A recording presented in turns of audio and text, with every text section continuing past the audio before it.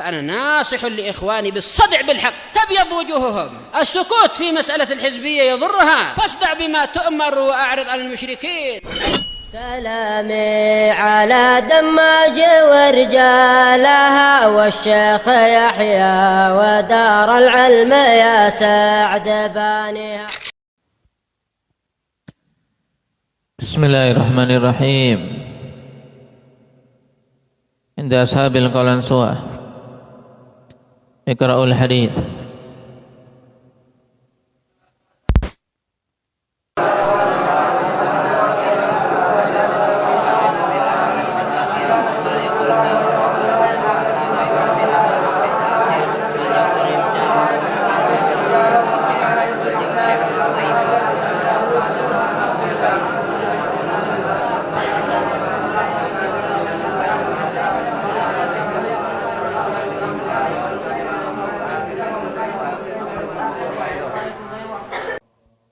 نعم، عند أصحاب العمائم.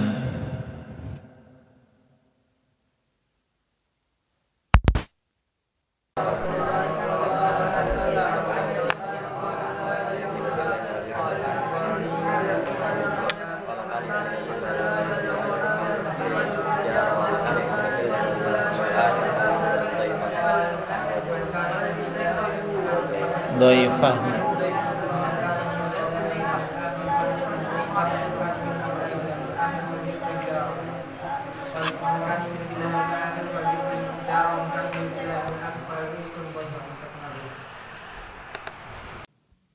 Nah, barakallahu fikum.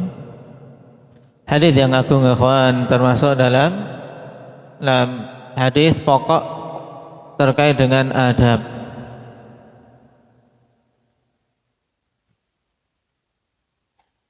Dan insyaallah mayoritas sudah menghafalnya dari Al-Arba'in An-Nawawiyah. Hadis ini muttafaqun alaih, dan pada pertemuan yang lalu kita baru mengambil satu kalimat dari hadis tersebut, yaitu kalimat yang pertama. Apa itu?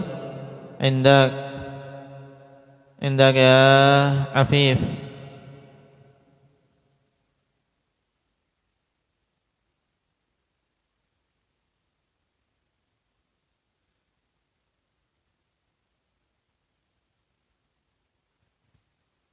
Kalimat yang pertama saja, apa itu? Dan terjemahkan.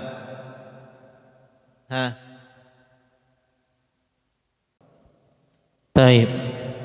Nah, siapa saja yang beriman kepada Allah dan hari akhir, maka ucapkanlah kebaikan atau diamlah. Disebutkannya iman kepada Allah dan hari akhir secara khusus dan tidak disebutkan iman-iman yang lain. Apa faedah yang bisa kita petik di sini? Indak ya syukran.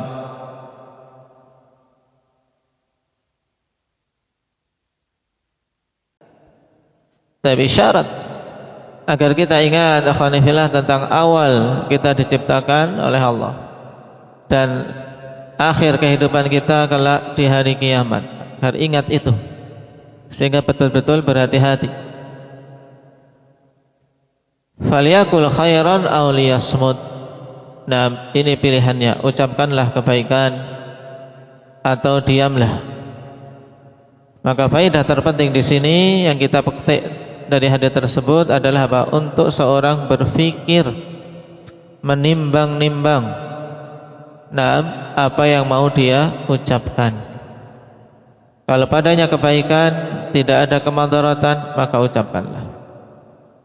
Tapi kalau padanya kemudaratan, maka tahan. Karena padanya an-najat, man somata najah. Siapa saja yang diam dari keburukan, yaitu tidak mengucapkan keburukan maksudnya.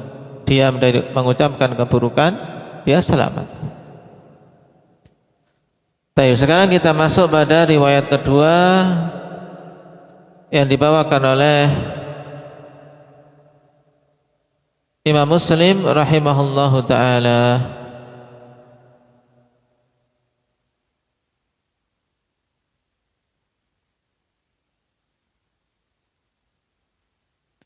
Qala al-Imam Muslim rahimahullah,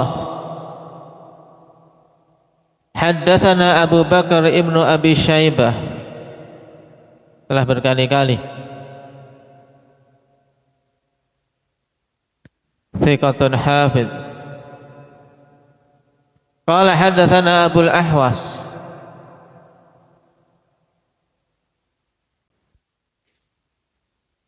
qala haddatsana Abul Ahwas. Abul Ahwas namanya Salam ibnu Sulaim Al-Hanafi, thiqatun mutqin. Dan ini dikenal dengan kunyahnya Abul Ahwas. Kalau ditanya Abul Ahwas itu siapa? Siapa namanya? Hanif Salam ibnu Sulaim.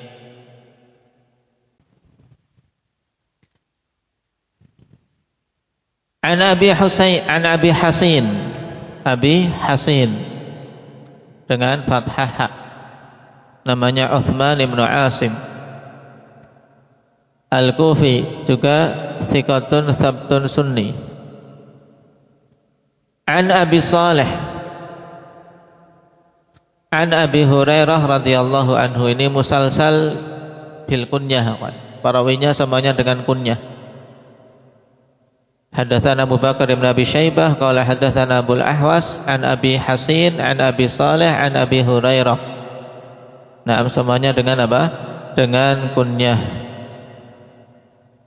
Dan kunyah mereka kunyah-kunyah yang masyhur. Taib. Abu Salih Zakwan As-Samman,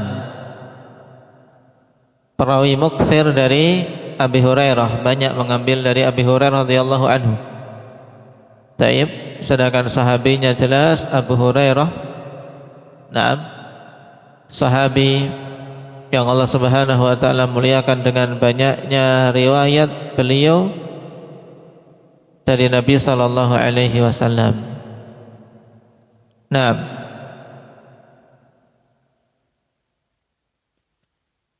Qala Rasulullah sallallahu alaihi wasallam, man kana yu'minu billahi wal yawmil akhir fala yu'dhi jarah, wa man kana yu'minu billahi wal yawmil akhir falyukrim dhaifahu, wa man kana yu'minu billahi wal yawmil akhir falyakul khairan aw liyaskut.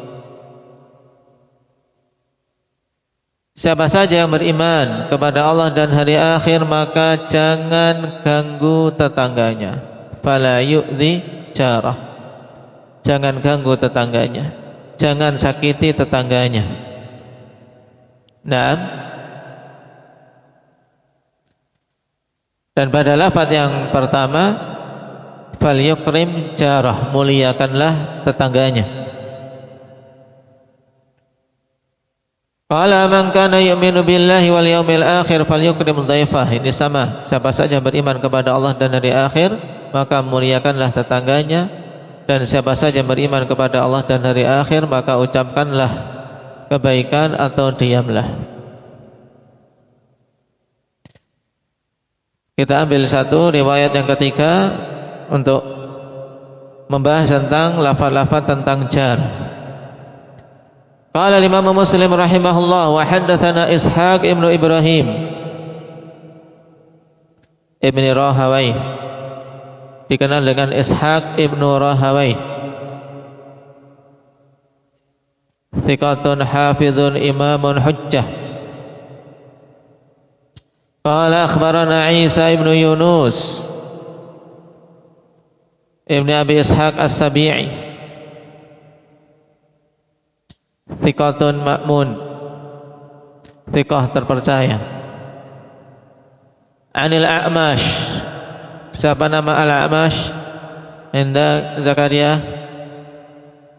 Sulaiman bin Mihran, nama imam hafidh, dikenal dengan kewaraannya. Hanya saja dia terkadang mudallis.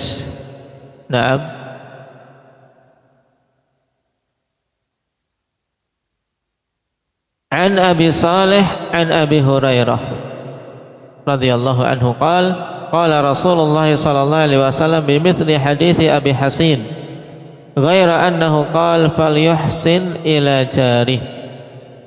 Berkaitan dengan jar, siapa saja beriman kepada Allah dan hari akhir, maka berbuat baiklah kepada tetangganya. Nah, inilah yang akan kita bahas pada pertemuan kali ini, ikhwan, terkait lafaz man kana yu'minu billahi wal yaumil akhir falyukrim jarah.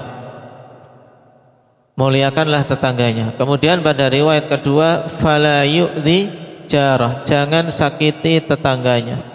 Riwayat yang ketiga falyuhsin ila jarih, dan berbuat baiklah kepada tetangganya. Nah, kalau kita perhatikan dari riwayat ini, akhwani fillah, semuanya saling menjelaskan. Nah, ikram adalah tingkatan paling mulia dan lafadznya umum. Memuliakan tetangga yaitu dengan apa? Ya dengan falyuhsin, dengan berbuat ihsan. Atau minimalnya dalam upaya memuliakan tetangganya, kalau tidak mampu berbuat ihsan maka apa? Fala yu'dhi, jangan mengganggu tetangganya. Ini minimalnya seorang muslim terkait dengan tetangganya, untuk dia apa? Tidak menyakiti, tidak mengganggu. Taib. Dan tetangga, ikhwan, asalnya secara lughah yaitu al-mulasik. Tetangga itu al-mulasik, yaitu yang nempel dengan rumah kita. Adapun secara syar'i yang masuk kategori jar, itu sampai mana terjadi khilaf di kalangan para ulama. Batasan jar itu sampai mana? Taib. Ada yang mengatakan al-jar itu adalah sampai batasannya 40 dari semua arah. 40 rumah dari semua arah. Jadi arah timurnya 40, arah baratnya 40, arah selatannya 40 rumah, arah utaranya 40 rumah. Dan ini pendapat yang dipilih oleh Imam Syafi'i rahimahullah ta'ala, karena melandaskan pada sebuah hadis yang datang dalam masalah ini. Taib, hakul jiwar arba'una daran hakada wa hakada wa hakada. Hak tetangga adalah 40 rumah. Demikian. Nabi mengarahkan kepada apa? Depan, belakang, kanan, kiri. Taib. Hadis dikeluarkan oleh Imam Abu Dawud. Hanya saja, kawan, seandainya hadis ini sahih maka jadi acuan. Cuman hadisnya lemah. Diriwayatkan secara mursal, dan Imam Al-Albani rahimahullah ta'ala dalam silsilah dhaifah menyatakan tentang lemahnya hadis tersebut. Sehingga batasan 40 ini kita tidak memiliki dasar yang kuat. Kemudian sebagian yang lain menyatakan bahwasanya yang namanya tetangga adalah ahlu kulli masjid jiran. Ya, setiap yang bersama-sama dengan kita dalam satu masjid, itulah tetangga. Taib. Ada yang mengatakan sekampung itu tetangga. Taib. Dan mana yang rajih dalam masalah ini, ikhwan? Yang rajih dalam masalah ini kembali kepada kaidah bahwasanya perkara syar'i ketika tidak datang nas yang menetapkan tentang batasannya, maka dikembalikan kepada urf, dikembalikan kepada kebiasaan setempat. Mana yang masuk kategori tetangga. Taib.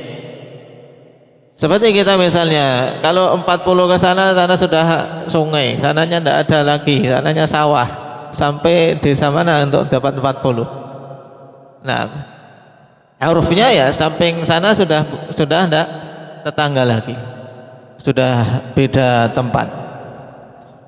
Makanya bukan batasan tetangga, kembali ke urf, Dan ini yang dipilih oleh Syekh Ibnu Utsaimin rahimahullahu taala.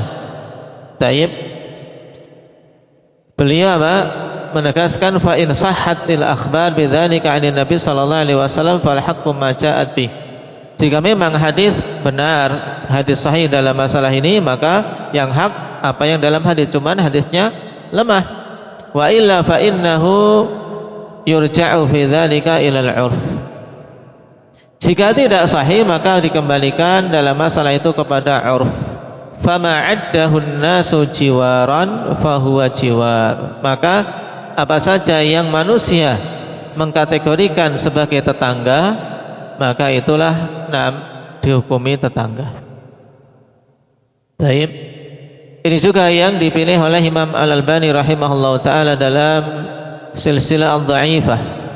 Setelah menyebutkan hadis tersebut, bahwasanya hadisnya lemah, ikhwan, kata beliau, wa kullu ma jaa tahdiduhu anhu sallallahu alaihi wasallam bi arba'in dha'ifun la yasih. Semua yang datang tentang pembatasan dari Nabi sallallahu alaihi wasallam dengan jumlah 40 ini pun ada yang memahami berbeda-beda. 40 maksudnya 40 dari semua arah. Ada yang mengatakan 40 secara keseluruhan. Intinya totalnya 40 apa? 40 rumah. Berarti 10 kanan, 10 kiri, 10 depan, 10 belakang. Cuman hadisnya lemah sehingga tidak perlu kita bingung-bingung maknanya bagaimana. Maka kata beliau, fadh-dhahiru anna as-shawaba tahdiduhu bil 'urfi. Yang shawab, yang benar adalah pembatasan tetangga itu dengan apa? Batasan 'urf. Apa 'urf itu? Kebiasaan setempat. Nah, kita lewati dulu dalam apa? Dalam qawaid fiqhiyah. Bahwasanya hal-hal di dalam syariat kita, yang tidak datang pembatasan maka dikembalikan kepada 'urf, seperti masalah safar, juga seperti masalah mahar ketika tidak disebutkan. Kembali ke 'urf, mana yang ma'ruf di daerah tersebut apa? Taib.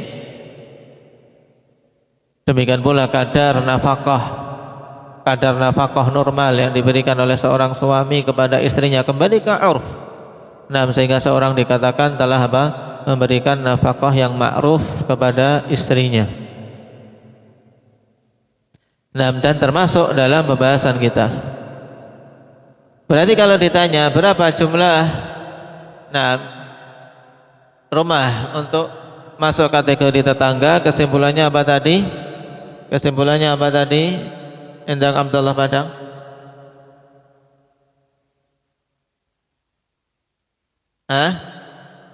Tidak ada batasan jumlah tertentu, tapi dikembalikan kepada kebiasaan daerah setempat. Daerah masing-masing kan sudah biasanya paham, oh ini tetangga. Yang sudah sana, sudah lain lagi, dan seterusnya. Tapi ini tentang apa? Tentang batasan jiwar, tentang batasan apa? Tetangga. Kemudian pembahasan berikutnya, akhwani fillah,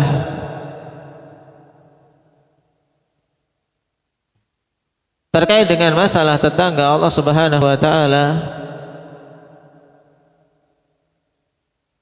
telah perintahkan di dalam Al-Qur'an, sebagaimana disebutkan dalam ayat Al-Huququl Ashrah. Ayat Al-Huququl Ashrah, ayat hak yang 10.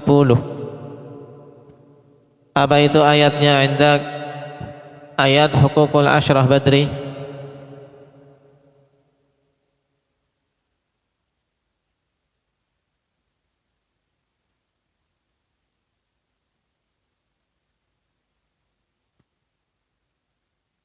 Baik, yaitu ayat di surat An-Nisa, telah kita lewati dalam pelajaran kitabut tauhid. Wa'budullaha wa la tusyriku bihi syai'a wa bil walidaini ihsana wa bidzil qurba wal yatama wal masakin wal jari dzil qurba wal jari jaril junubi was sahibi bil jambi wabnis sabil wa ma malakat aymanukum. Baik. Nah, di sini disebutkan dua jenis jar, dua jenis tetangga, ikhwan, yaitu al-jari dzil qurba dan al-jaril junub. Baik.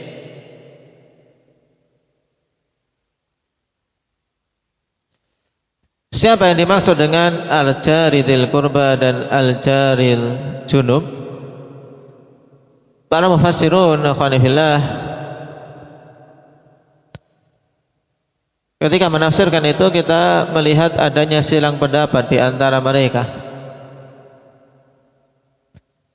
Nah, sebagian yang mengatakan al-jari dzil qurba yaitu al-jarul muslim, tetangga muslim. Al-jaril junub yaitu tetangga kafir.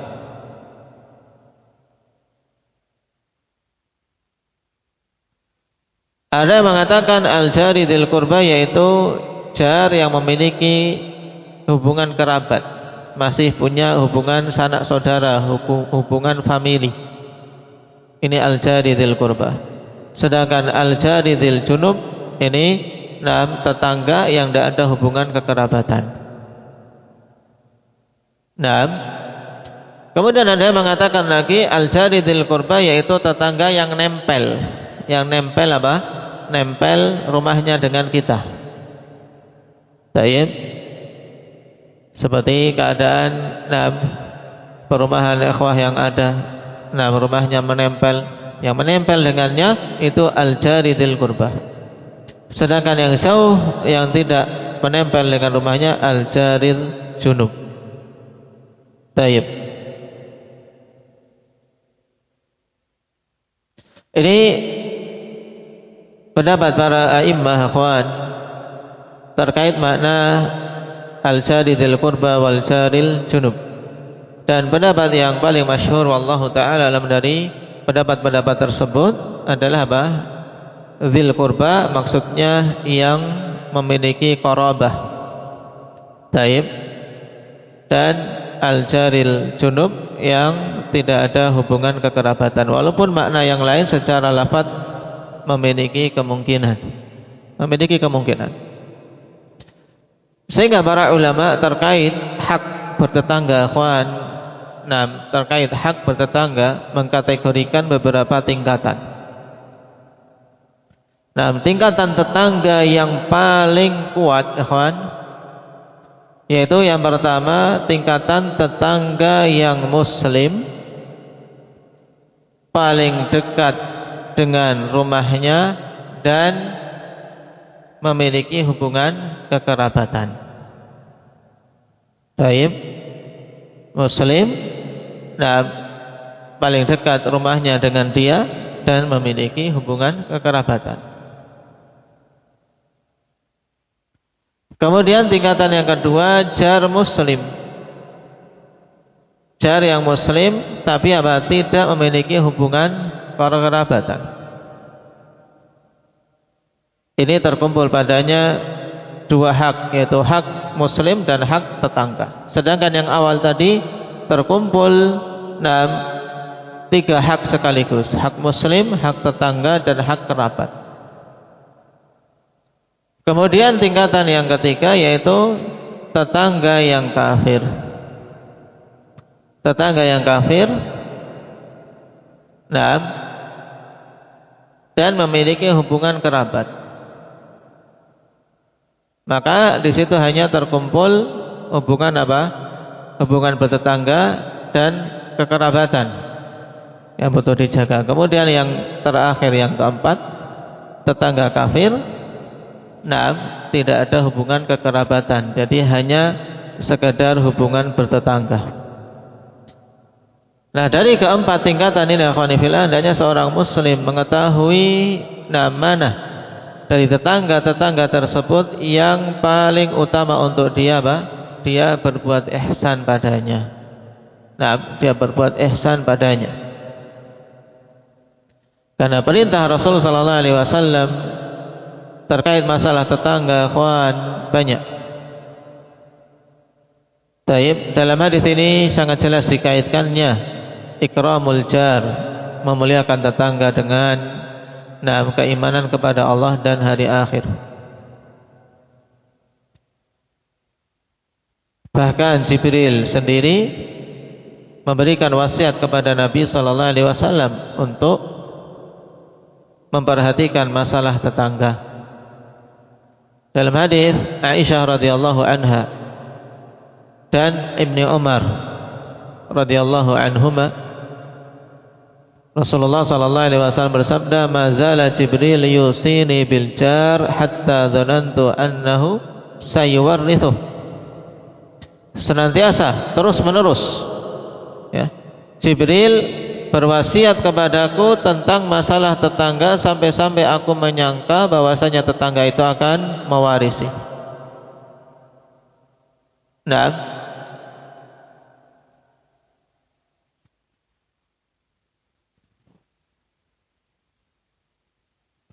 dan bentuk-bentuk ihsan dalam bertetangga kawan banyak. Di antaranya mengupayakan untuk menjaga jangan sampai menimbulkan adza, juga memperhatikan kondisinya, juga sekecil apapun ikhwan yang bisa kita berikan untuk apa tetangga maka diupayakan. Taib, maka Rasul sallallahu alaihi wasallam sampai katakan, la yahkiranna jaratun jarataha walau firsina syah. Jangan sekali-kali seorang tetangga menyepelekan tentang hak tetangganya walaupun hanya dengan memberikan firsina syah, yaitu keteklik tahu, keteklik kambing, yaitu bagian 6 kaki kambing.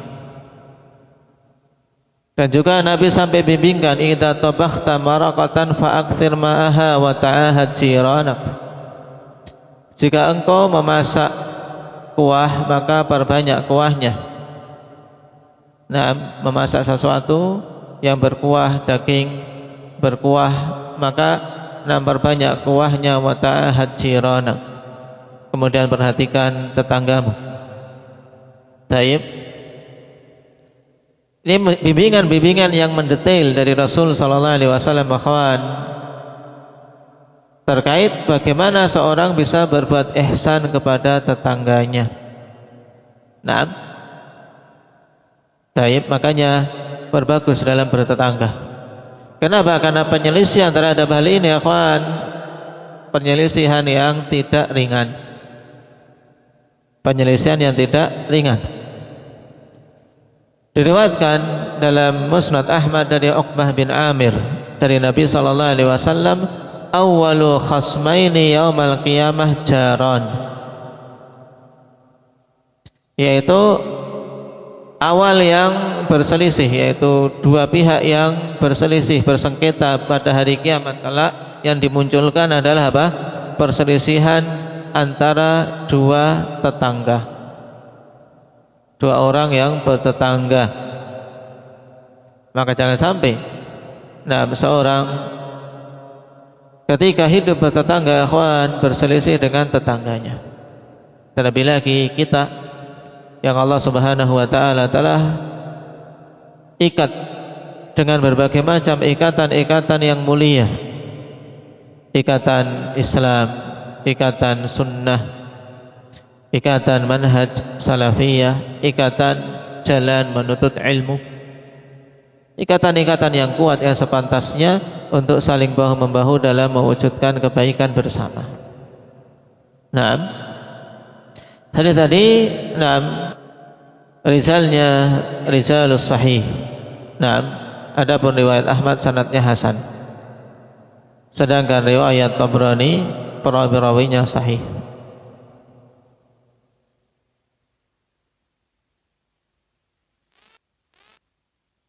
Baik.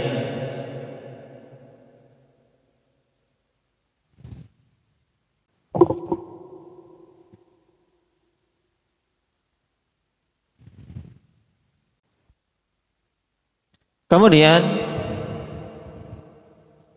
terkait dengan sabda Nabi sallallahu alaihi wasallam, fala yu'dhi jarah. jangan menyakiti tetangganya. Ini juga perkara yang penting karena ini batasan minimal untuk seorang bisa bisa selamat dalam bertetangga. Taib. Dan dikatakan oleh Al-Hasan Al-Basri rahimahullahu taala,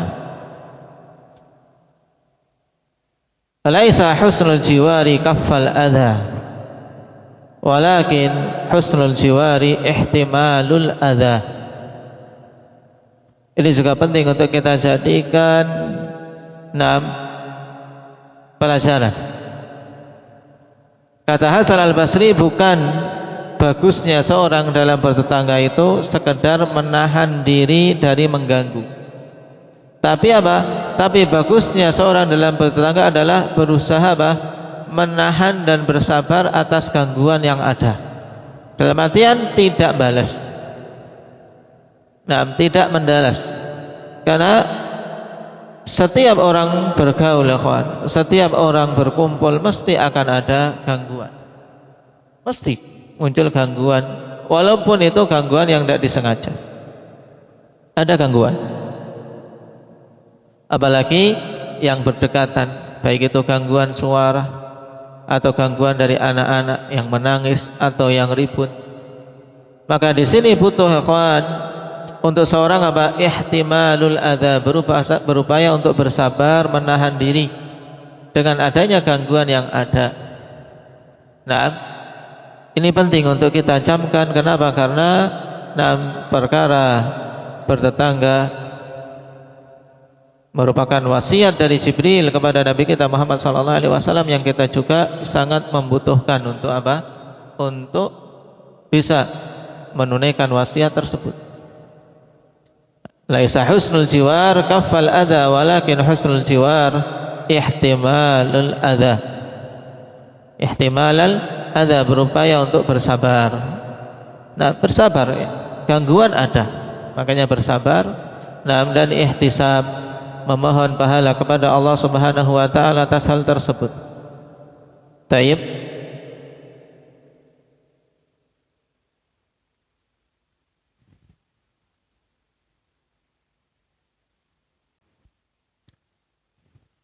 Dan di antara pendorong utama untuk bisa mewujudkan hal tersebut ya tadi keimanan.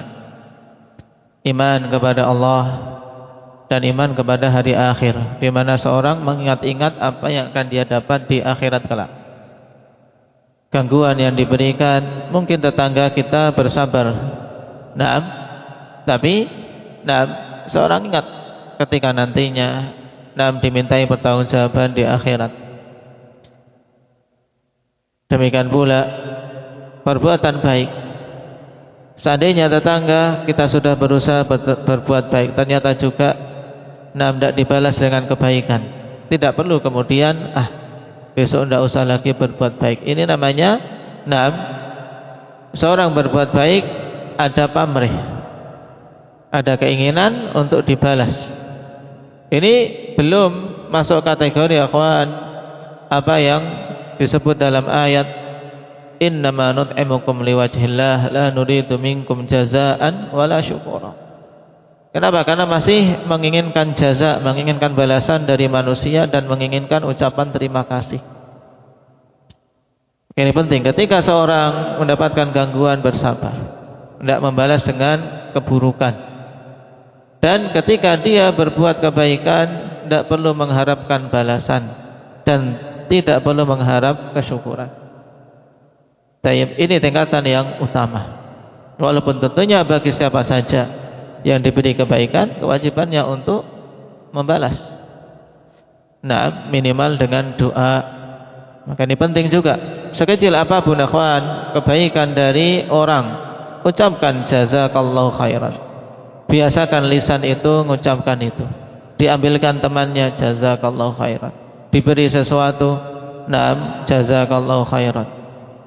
Diambilkan uang kalian, walaupun uang kalian, diambilkan,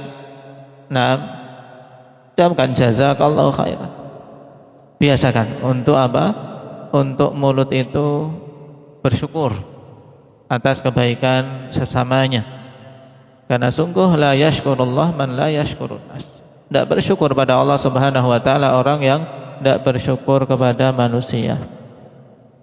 Taib, naktahi bihadza. Wa nasallallahu azza wa jalla ay yuwaffiqana lima yuhibbuhu wa yardahu. Walhamdulillahi rabbil alamin. Subhanakallahumma bihamdik asyhadu an la ilaha illa anta astaghfiruka